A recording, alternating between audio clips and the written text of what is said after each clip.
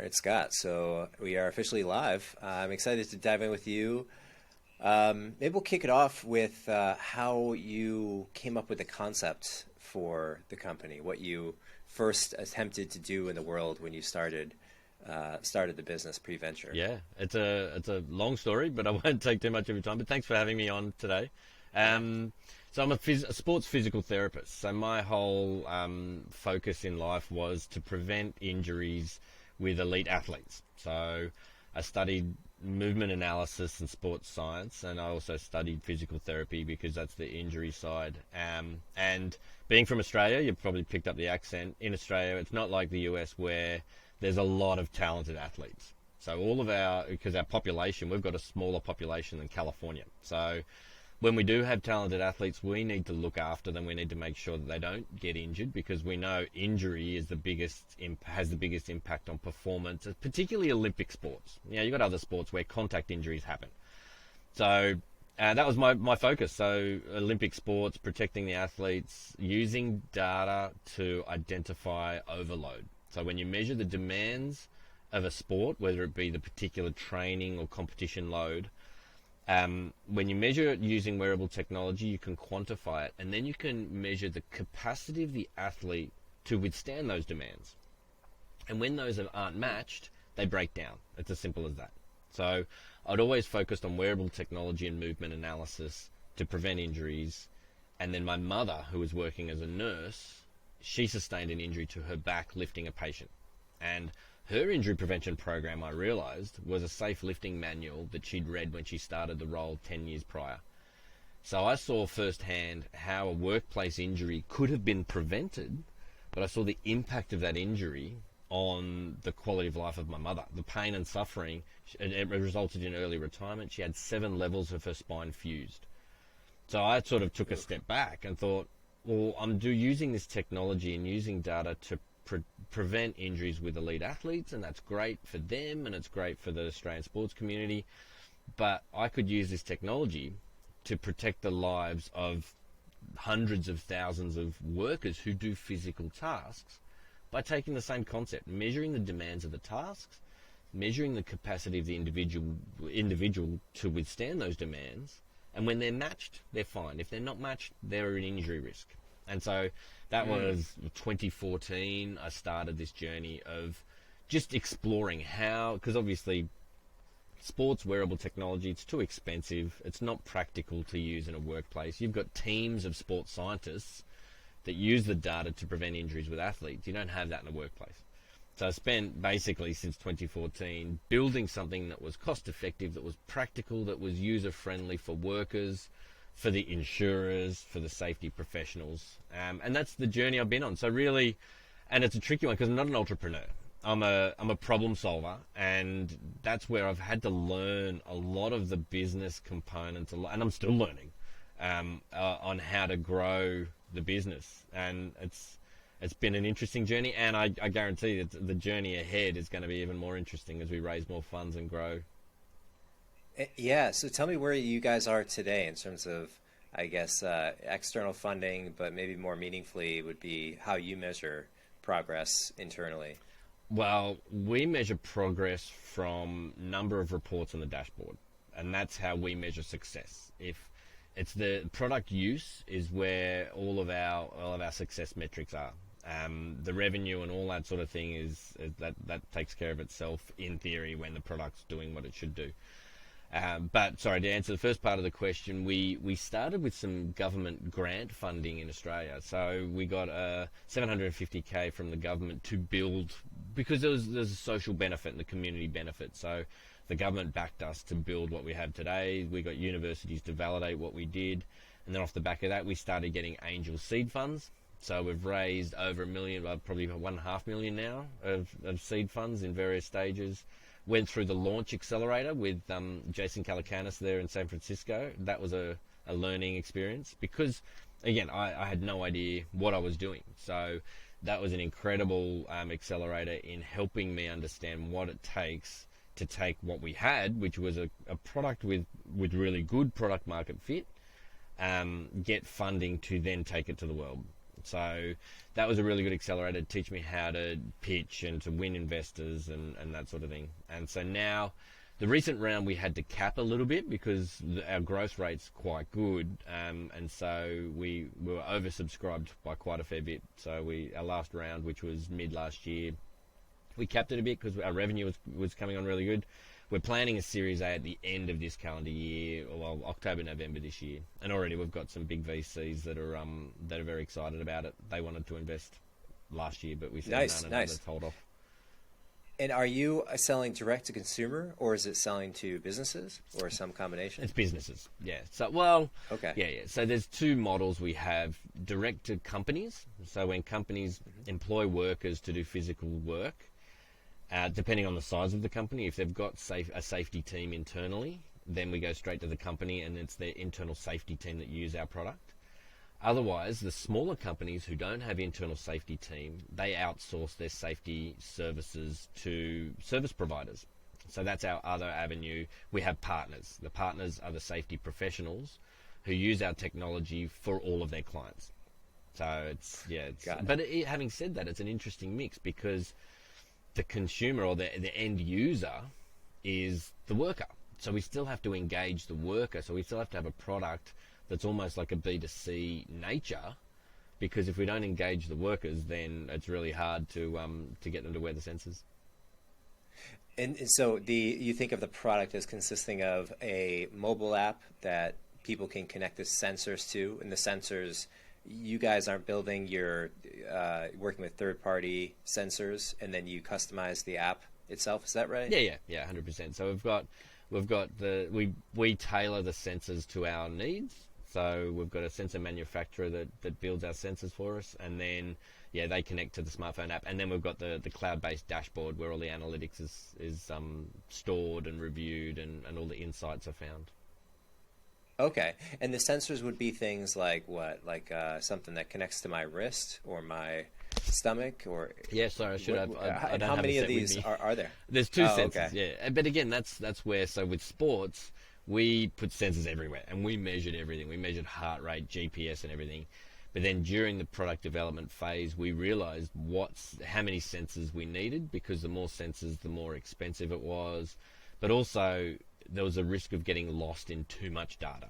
So we realized that having one sensor on the arm, because it's shoulders and backs that are the most costly injuries, but they're also the most likely to reoccur.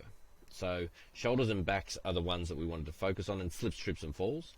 So we have a sensor on the upper back that just clips over the collar and sits where most football players, most sports have a lump in their jersey just in that upper back region. If you have a look, and so we just use, because that's what I used for 15 years.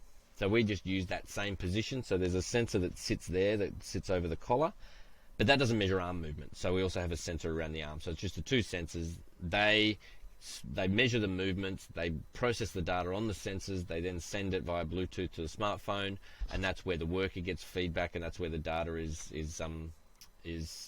encrypted and sent to the dashboard. Wow.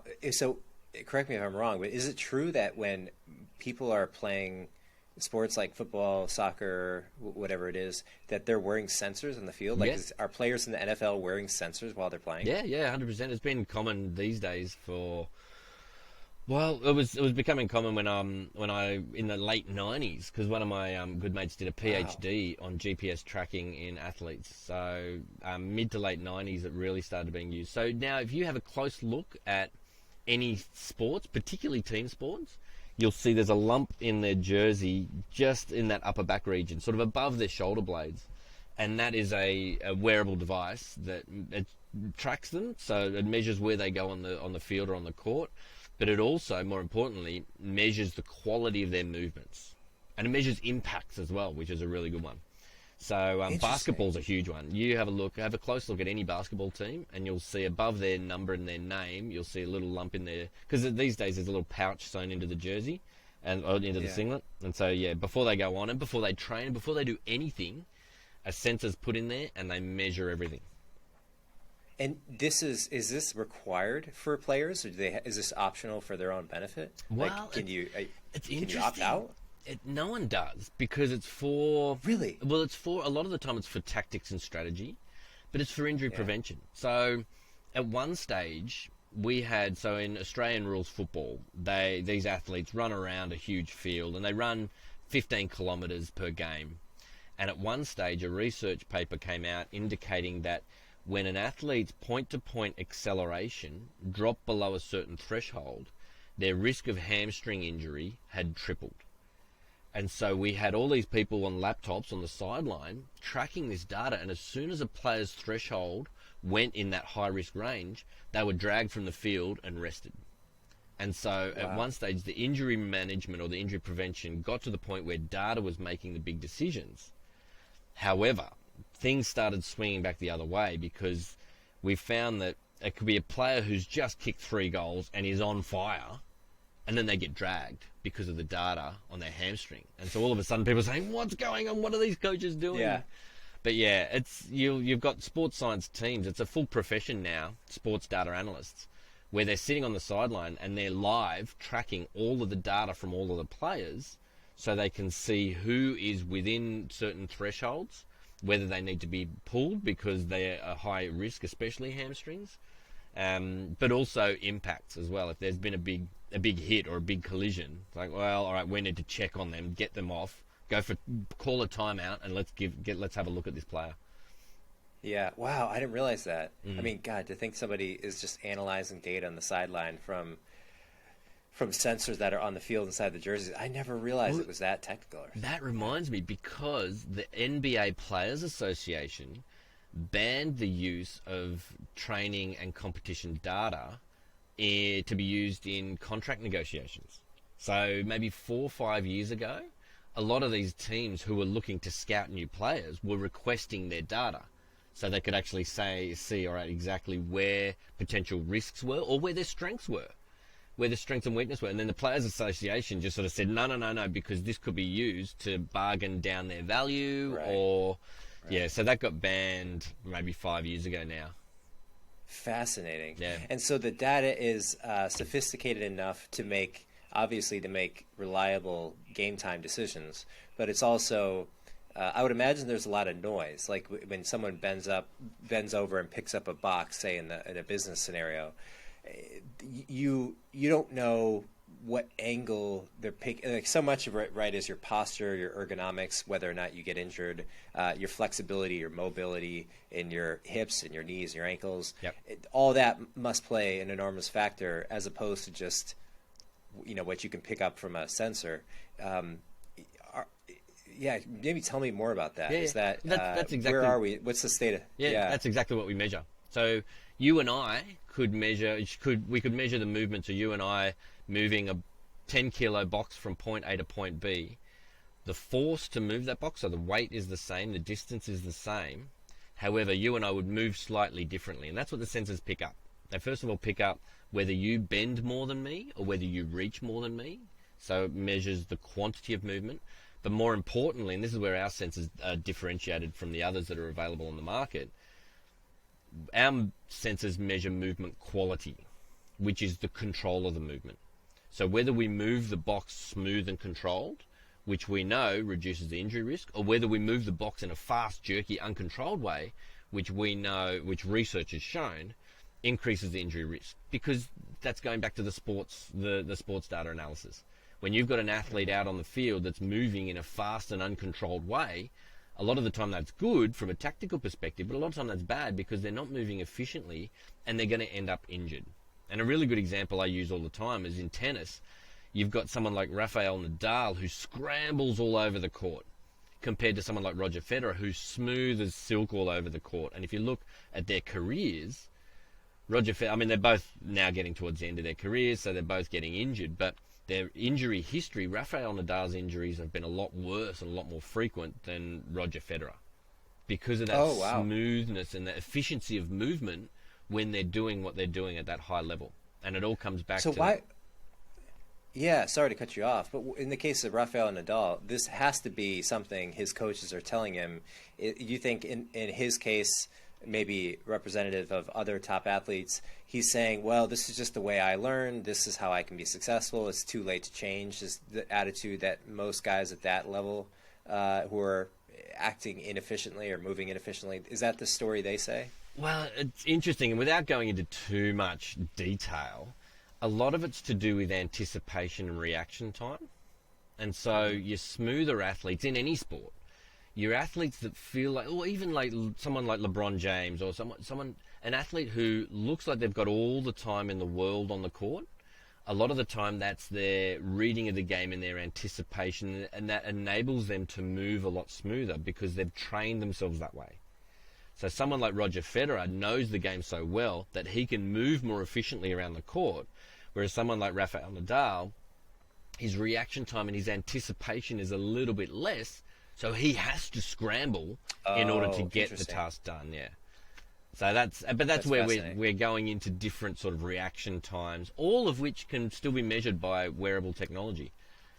Yeah, interesting. Okay, so the first foray of this technology is in high-profile top athletes, and then it sort of trickles down into business cases. Obviously, there's financial incentives for companies to not have people get injured, and then you take that and you say, we're going to apply this to, well, you're applying it to business cases. So are you specifically through the company, you're focusing on people who are lifting objects? Would these be like construction workers or warehouse workers or those kind of folks who are moving consistent weight throughout the day? Yeah.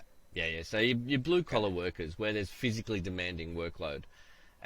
But also, because we focus a lot on the fact that the technology we use is the same technology used by the athletes that they look at and they watch on the weekends. They're sporting heroes, because we found out very early on, blue-collar workers love their family, they love their beer, and they love sport. And so, well, let's make this product relevant for the family, because we want them to protect their quality of life. We don't want them to get injured because of the pain and suffering and the decreased ability to earn an income. We can't do much with beer. We thought about giving away cases of beer or a six-pack of beer with every set of sensors, Really? and that's a bad idea. And so the third one was sport. So we always made sure there was a connection with sport, and the workers know, right, I'm putting this sensor here. That's the same as the sensors that are worn by the basketball team that I was just watching last weekend. And that connection was strong, and a lot of workers really embrace that and wear the sensors as a result. Interesting. So I see the appeal. Where are the gaps? Like if you're being sort of critical of the state of, this is not you guys in particular, but just the technology as it is today, the state of the art. Is there, and this kind of transitions into the future, but is there a gap in? I mean, what I would presume from an outsider who doesn't know a lot about this is that there's something about what you were saying earlier. There's a human element to this that isn't picked up in the data, and that it may not. It's just a blind spot in how people are moving. Their energy, their vibe. You could pick up on parts of their ergonomics, but maybe not completely how they're moving. Where do you feel like is the holes and the potential opportunities in the future? So it's a tricky one. There's two components to workplace injuries. There's the physical, which these days there's wearable technology that can really address it quite well. Unfortunately, there are quite a few options on the market that aren't validated at all. So there's one of the risks or the weak spots in the use of wearable technology is there's some devices out there that haven't been validated, and then they muddy the water. So people will use them, they don't do what they expect them to do, and so that puts people off the wearable technology. So the point of validation of the current technology has to be key. But the other component, when we step away from the physical, is what we call the psychosocial, which is more of a cultural component.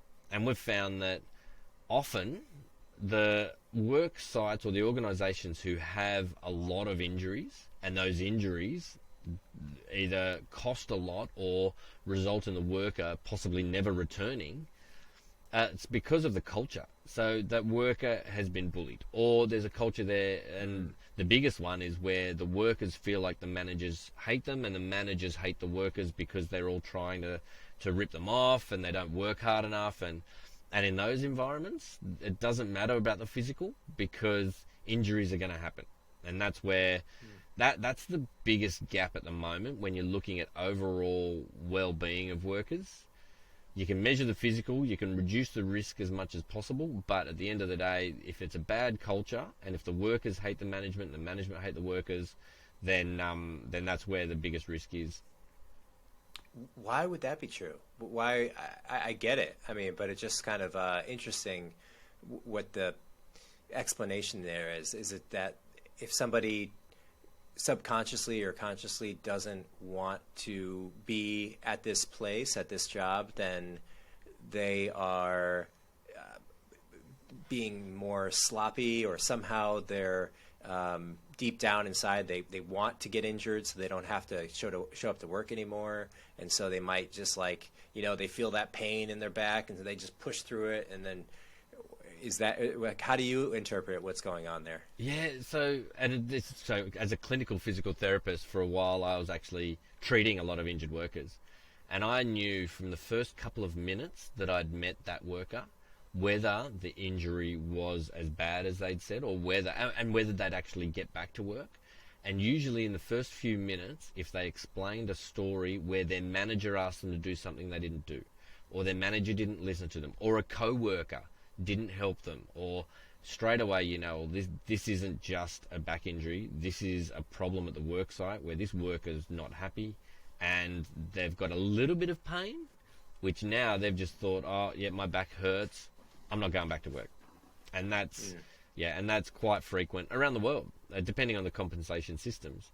And it's unfortunate, but it's true, because these are blue collar workers who they don't love their job. There's not too many people who go through high school and think, yeah, when I graduate high school, I want to move boxes in a warehouse. That's my dream. Mm-hmm. So these are workers who generally low education, low socioeconomic, and so they work purely to earn an income to then do what they enjoy outside the work hours. And so if there's something that happens that gives them an opportunity to still earn an income but not actually do any work, and that's what the workers' compensation system does, then they usually jump at it, and they're in no rush to get back to doing the physical work again. Which is unfortunate. Yeah, I'm thinking, I can see conceptually, as that incentive system is developed, you want to compensate people for when they get injured in good faith, right? It sounds really good in practice. There are many high ground examples of that. Good people get injured, you want to help them out, you have a disability, and when they're ready, they come back. But in practice, it can be abused. It's actually kind of a form of low-level corruption, right? Mm-hmm. If you're either claiming to have an injury where you really don't. I guess maybe you sort of intentionally get injured, but that seems less of an issue, I would presume. It's more people who are faking it, oh, my back hurts, and we can't find anything in your back, but we can't prove that you're lying. Pain is not measurable, right? As far as quantitative data goes, it's subjective. Yeah. How big a problem is that for companies, maybe worldwide? Is this a rounding error, or is this a really critical thing that executives think about and health companies think about? I don't know, to be honest. I know it's out there, and generally most workers do the right thing. So the percentage of workers who would be somewhat fraudulent, I don't know. We, like I said, our whole sort of product has focused on measuring what they are actually doing. There are tools out there that can measure sincerity of effort. So when returning an injured worker, they're designed to pick up whether they are actually trying or whether they are faking it. And they are becoming more and more prevalent in assessments, whether it be legal assessments or whether it be return to work assessments. And so hopefully with those becoming more prevalent, there'll be less people faking it because there's less chance that they'll get away with it. But I don't know how prevalent it really is. Let's hope that it's not that high. Yeah, because it's a tax on everybody else. It's okay, then the company pays that out, great, you win. But then if some critical mass of guys do it, girls, workers do it, then there is, then everyone loses their job, Yep. which is Insurance certainly insurance not what they premiums want. goes up and all that sort of thing. There's always a knock-on effect. Yeah. Yeah. So what are the things that you think about? I mean, you think about building this technology, the actual physical hardware, the software that's integrated with it, the sales and partnerships into the probably brokers like health insurance brokers and companies. I'm sure you think about training and how to get the workers set up, how to make sure that even if you do sell into a company, that they actually wear the software, wear the hardware, wear the software. What are other like top of mind things when you think about making the business successful that comes to mind? I'm given my background as a movement analyst and scientist, I just love research options and how we can make what we've got now even better. So we've got an awesome customer success team, we've got an awesome sales team, so that kind of looks after itself. And I'm still involved with the sales and the onboarding process, but our goal and our mission is to protect the quality of life of workers. And so on a daily basis, I'm just thinking, how can we do it better? Is there another component of technology do we need to add? We're looking at redesigning our current sensors, so the next version, so that they've got a few more features and they measure more things. The latest thing was returning injured workers back, so having a nice structured platform to build their confidence. So, a lot of the time there's a thing called fear apprehension, where a worker returning to a place where they've been injured, they're actually really nervous, and while physically they're ready to do it, psychologically they think, oh no, I'm not ready, I'm going to hurt myself again. So we've built a platform to build the workers' confidence. They wear the sensors, they get an alert when they move in a way that's a high risk. So straight away, that alert helps build their confidence. If they're moving and there's no alert, it's like, all right, I'm moving in a way that's not going to increase my injury risk. There's a screening process where they get approved for the tasks. It's not just a matter of the manager saying, you're ready for this. It's a matter of collecting video and data of them doing the task, comparing it to the benchmark and saying, yes, they are ready, or no, they're not ready. So all of that is now building the confidence of the injured worker to get them back sooner, but with lower risk of re-injury. And the insurance companies are loving it as well, because if they get back to full work capacity sooner, then the claim cost is going to be less. So that's sort of the latest thing at the moment, working on that new feature, but constantly thinking, what research can we do to discover more to make this whole process better? Interesting. On the health science part of it, so you're clearly passionate, knowledgeable, experienced in this area.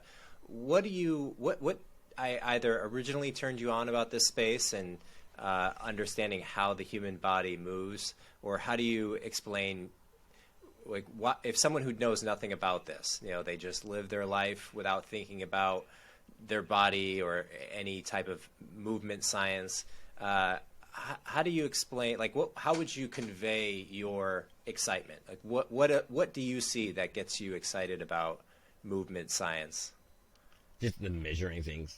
Yeah. So you could observe things, and it could be anything. Like, you could observe, if we're going back to sport, you can observe the jump shot of 3 different players, and you could look at them and you can think, well, yeah, they all look the same.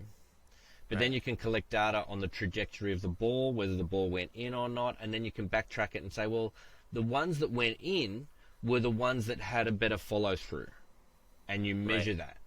So that's where, for me, it's about the same sort of process. You can look at things and you can say, oh, yeah, they're bending a bit too far when they're picking up that box. Or you can measure it and say, well, look, here's what the data shows of these 10 different workers. Here's how it's different, and here's where the risks occur from an injury perspective. So that's, I suppose, the biggest difference is being able to measure things to give that extra insight.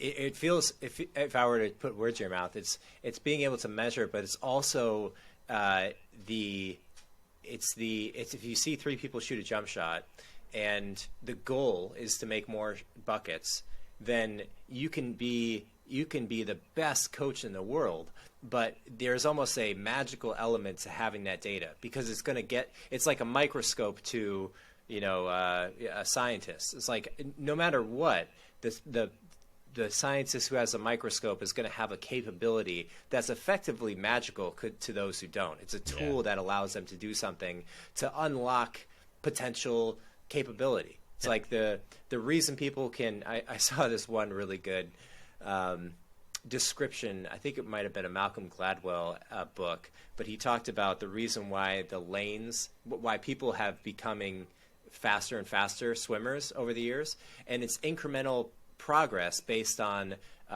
changes in the pool. Like when you put lane lines in the pool, there's not as much turbulence in the water, so people are swimming, even though there might be 10 people in the pool, they're all swimming in relatively flat water because the lane lines dampen the waves. And on a track, in a track and field event, if you have a certain kind of bounciness in the track, then people can run a little faster. The cleats are a little sharper. There's all these little insights that help people perform better. And I feel like this is one of those. But it's, we look for these things. It's like, what's the limit? We all want to know how good of a jump shot shooter can you be? Effectively, I think the ultimate asymptote, the ultimate convergence is like a robot. You're just shooting. But it's not about shooting. It's like we kind of get bored with that, right? It's about the game itself in terms of sports. It's about, okay, you can be the best jump shooter in the world if you're wide open in the middle of the court, and a robot could just do that. But it's like the game itself is so complex and involves so much more than that you can kind of distill it down into data, which I find really super interesting. And the robot shooting, are you referring to the actual robot that shoots free throws, or because there was a robot that they built? Have you seen it? I saw one that would kick field goals. This guy on YouTube, I think Mark Rober, built one that would kick field goals in American football from like 70 yards out, make them 90% of the time. It was a robot that just chung, chung, chung. But was there one for free throw shooting as well? Yeah. So, but it had sensors first of all. So if it wasn't right on the exact spot that it needed to be by the millimeter, then it would miss. So it gauged how far from the hoop and where the free throw line was, and if it was on that spot, 100% of the time it would just pop it in. But then if it was slightly out, then it was. But that's the thing, like.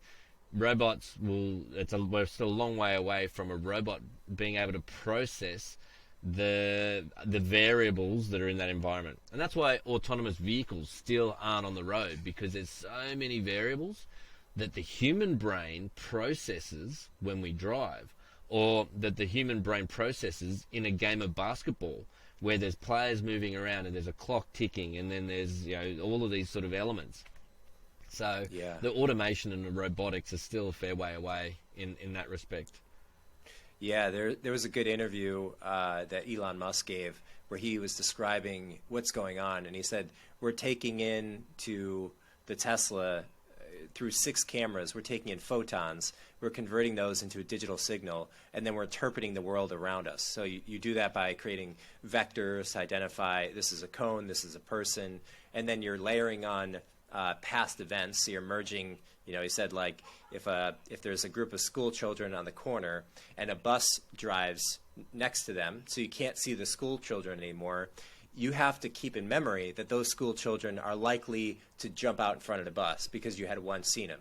But in computer terms, that's complicated because you're now not interpreting just present events. You're remembering what happened recently.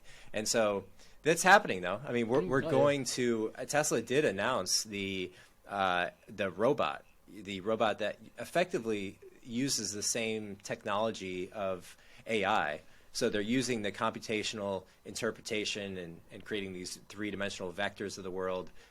It's just going to be, and instead of a car, it's going to be a humanoid shape, which to me seems like, it's progress, right? It's now, I like to think of it as, instead of these people who, like you said, don't dream of moving boxes in a warehouse, technology allows them to now, great, you don't want to move boxes in a warehouse, we have this machine to do it.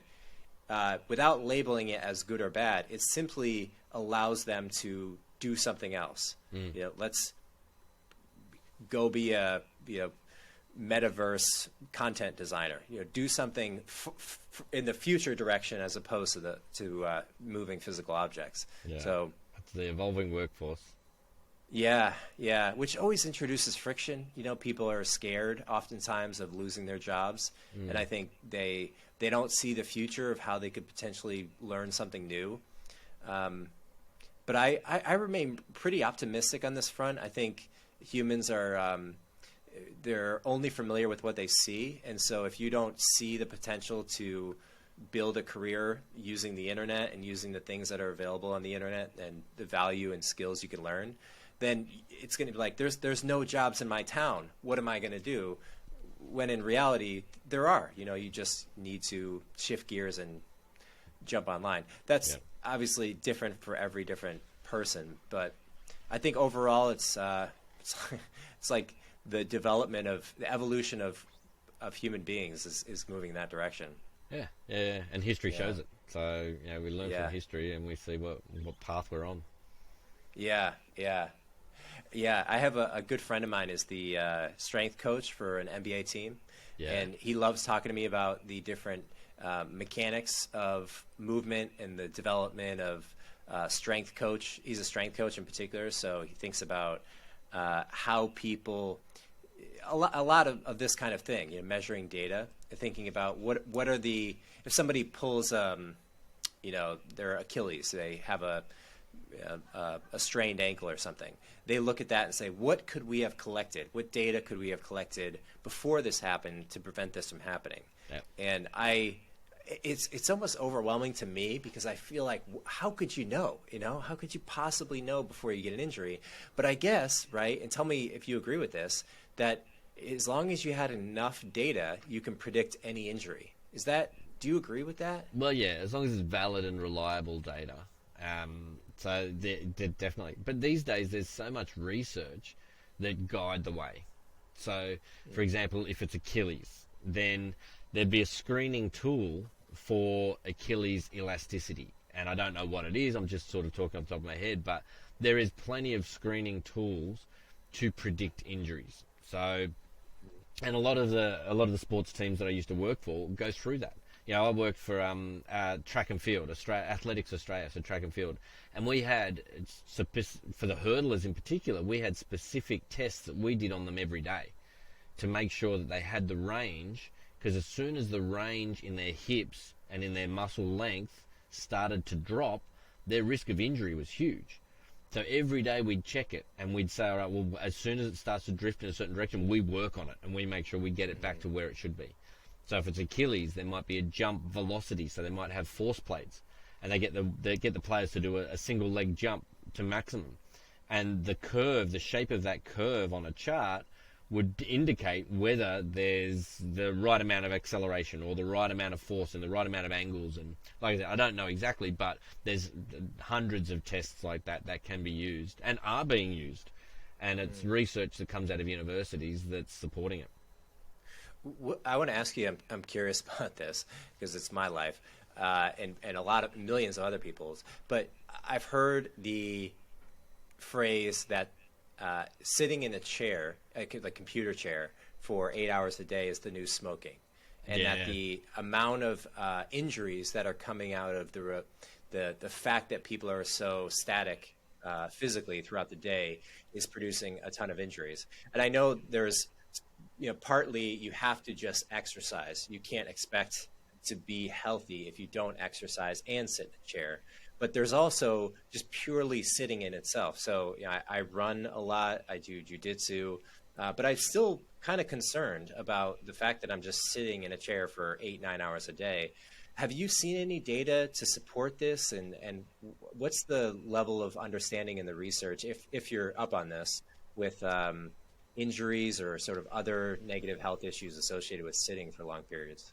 Yeah, and there's a lot of research. When COVID hit and people were working from home, and there was a lot of extra people sitting behind desks that weren't in an office, they were all of a sudden home offices. So people were working on the couch, and people weren't. The incidental activity disappeared because it was amazing. Little things like going to get a coffee, like getting up and walking down the corner to the coffee shop and getting a coffee with your co-workers, or the public transport, walking to the bus stop and then catching a bus. All of that disappeared. And so I was really curious as to what we could do, and we actually built an office coach feature where, just using the back sensor, office workers would wear it, and it would measure postural drift. So you've got a couple of things, or the two main things about being stuck behind a desk are the posture. So having your joints and having your back in a position that's not optimal. So standing upright is the optimal position for the spine. As soon as you sit, depending on how you sit, and we all sit slightly differently, you change the curves in your spine. You can slouch in your lower back, you can slouch in your upper back, and you can be hunched and that sort of thing. So that was the first thing we wanted to measure. We wanted to indicate when people had what's called postural creep. So all of us now, like you're adjusting your position just talking about it. A lot of people say, oh, look at your posture. And as soon as it's at the forefront of your mind, you sit up. But then as soon as you're distracted and you get into work, you get what's called postural creep. And if your ergonomic setup's not right, you end up pretty quickly like this. And so that's the first thing. So we measure that, and we provide alerts when you're creeping, which means your screen or your keyboard is not in the right position, or your seat height. So that's what we called slouch alerts. But the second thing, which is what you were referring to before, where smoking is the new sitting is the new smoking, that sort of thing. That's the sedentary activity, and that's the fact that you're not moving as much. And research has shown that something as simple as just standing up and sitting back down is effective at firing certain hormone response to reduce the risk of heart disease and obesity and all that sort of thing. So sometimes all it can be is a simple movement that activates the muscles, that gets the blood moving and gets the systems moving a little bit better, is all it takes to actually reduce the impact. But yeah, you're right. The health related impacts of all of us sitting for longer than we ever have. Like research has shown, we're all now spending a lot less time active and a lot more time sitting. Results in all of the metabolic issues like heart disease and weight gain and blood pressure and anxiety. There's psychological components as well, because we know activity helps us psychologically. It reduces depression and anxiety, just simple walking around the block. Whereas if we're not doing that, all of those things can sort of be compounding. But yeah, it's interesting. It's funny when I first heard that term, sitting is the new smoking, I started thinking, well, yeah, there's a couple of parallels, but there's a couple of very different components. People elect to smoke. A lot of people don't elect to have an office job. And we know smoking does kill you because there's heaps and heaps of research. Whereas a lot of the metabolic issues that can be caused by sitting can be genetic. There's genetic links to high cholesterol and that sort of thing. So I do like the saying, but there's a lot of things where you could argue that it's a silly saying. But yeah. What do you think about chairs? Is a chair a critical part of someone's long-term health if they're working in a office job, or do you think it doesn't? Yeah. Yeah, I think a bad chair can cause a lot of trouble, but a good chair is not necessarily the solution to all of that trouble, if that makes sense. So a bad chair can lead to problems, but just because you've got a good chair doesn't mean that you're not going to get those problems. So yeah, it's interesting. And then even then, what's considered a bad chair for me might not be a bad chair for you. So a lot of our postural sort of differences depend on what chair is suited towards us. And some people have a broad range, and some people can get away with sitting on a couch. If they're strong enough and if their spinal structure is aligned really well, they can get away with sitting on a couch. Whereas some of us can't, because we don't have the strength in certain muscles to be able to hold us in a safe position. And that's where a more stable and a more supportive chair is really important. Interesting. Yeah, I've done a lot of long distance running, and one thing I've changed in my I guess philosophy about shoes is that a lot of marketing goes into high profile shoes, meaning the height or the amount of cushion that's on the shoe when you run. And I'm a proponent of very low profile shoes. So that being representative of how humans were evolutionarily not designed, but how we evolved to run was on our feet without shoes. And so to introduce this, 10 centimeter or however much cushion there is on these Nike shoes or other big cushion shoes changes the ergonomics. And it may feel kind of like you're floating, but you end up heel striking, and a lot of that energy is put into your hips or put into your knees that wouldn't otherwise be there. And you can see this if people take off their shoes and they just run barefoot. They tend to just run kind of on the ball, maybe slightly hitting the back of their feet. But then when you put on these shoes, you're just pounding on the back of your feet, and it changes everything about your ergonomics when you run, which doesn't matter if you're doing short little runs. But when I was doing 20, 25, 30-mile long runs, it started to add up. We'll have to schedule another time to talk about that, because that was for 10 years of my life. That was all the research I did on running mechanics, because I was physical therapist for the Australian athletics team. So we had race walkers, we had distance runners, marathon runners, and even because I specialized in running injuries as well. And so we had, at one stage, I had as part of injury rehab was running on soft sand, because again, that was a whole new biomechanical pattern, which actually was a really good tool to help strengthen athletes, but help them think about, because you can't overstride when you're running on soft sand, because you just get bogged down and you don't go anywhere. So it was a really good tool to help people think about how they're running and making sure that front foot isn't too far in front. And then when they transition back into shoes, all of a sudden their gait changes just enough to actually unload the area that you're trying to unload and get them back running.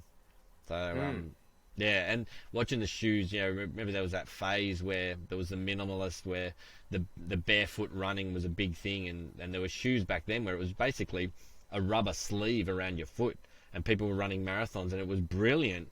But the percentage of the population who can actually get away with that was so small that unfortunately, all of these recreational runners were seeing it and going and reading, the books about free running and all this sort of stuff, and breaking down and getting stress fractures and not easing into it and not building into it the way they should. Some runners could adopt that new style within a couple of months, whereas other runners, especially if they're a bit bigger and a bit older, where our tissues aren't as pliable and our body doesn't respond and recover as quickly from a training session, it'd take years to actually be able to condition their body to be able to run in that type of shoes. And that's where those really cushioned shoes came into it, because that enabled older runners in particular, but it enabled less efficient runners to be able to do more with less damage to their body. Yeah. Wow. Yeah, it was super interesting. I certainly was one of those people. I didn't have any injuries, but I was very much read those books and was on those blogs and bought those shoes.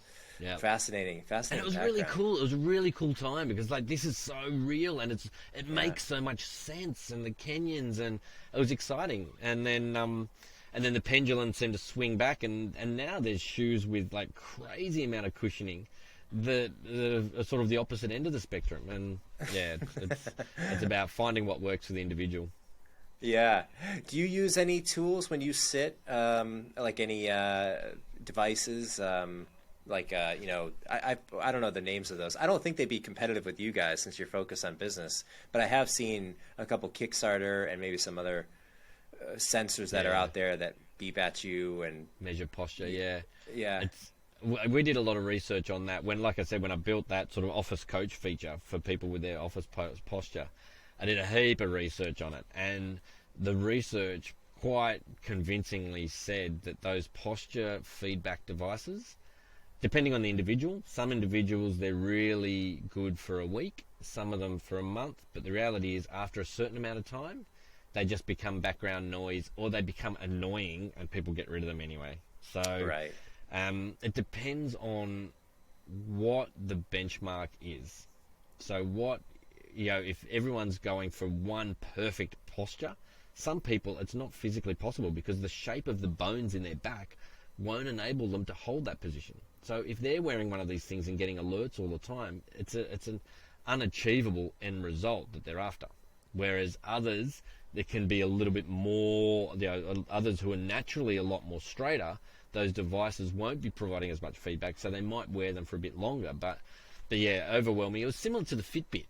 When people get a Fitbit, most people, the novelty, and it's great, and after a month or two, the data starts to become a bit of background noise, and within a couple of months, it ends up in the sock drawer. So, and it might come back out every now and then, but you've only got someone like yourself who's an avid runner who might use a particular GPS or a running app where you're tracking your progress for your running because you want to see how you're improving for your next event. Whereas with posture, there's no next event. So people aren't sort of constantly saying, oh, my posture was better today than yesterday, which is good because in a couple of weeks' time, I need my posture to be really good for whatever the outcome. Yeah, it kind of converges. Fascinating, man. You have such an interesting background. I really appreciate you coming on today. I learned a ton from you, and congrats on all the progress with the business. And any last things you want to... Congrats on the podcast. It's really good, and thanks for doing what you're doing. We all appreciate it. It's amazing. Yeah, thank you, sir. And wish you the best of luck and hope to have you back on someday. Yeah, thanks. Take care. See ya.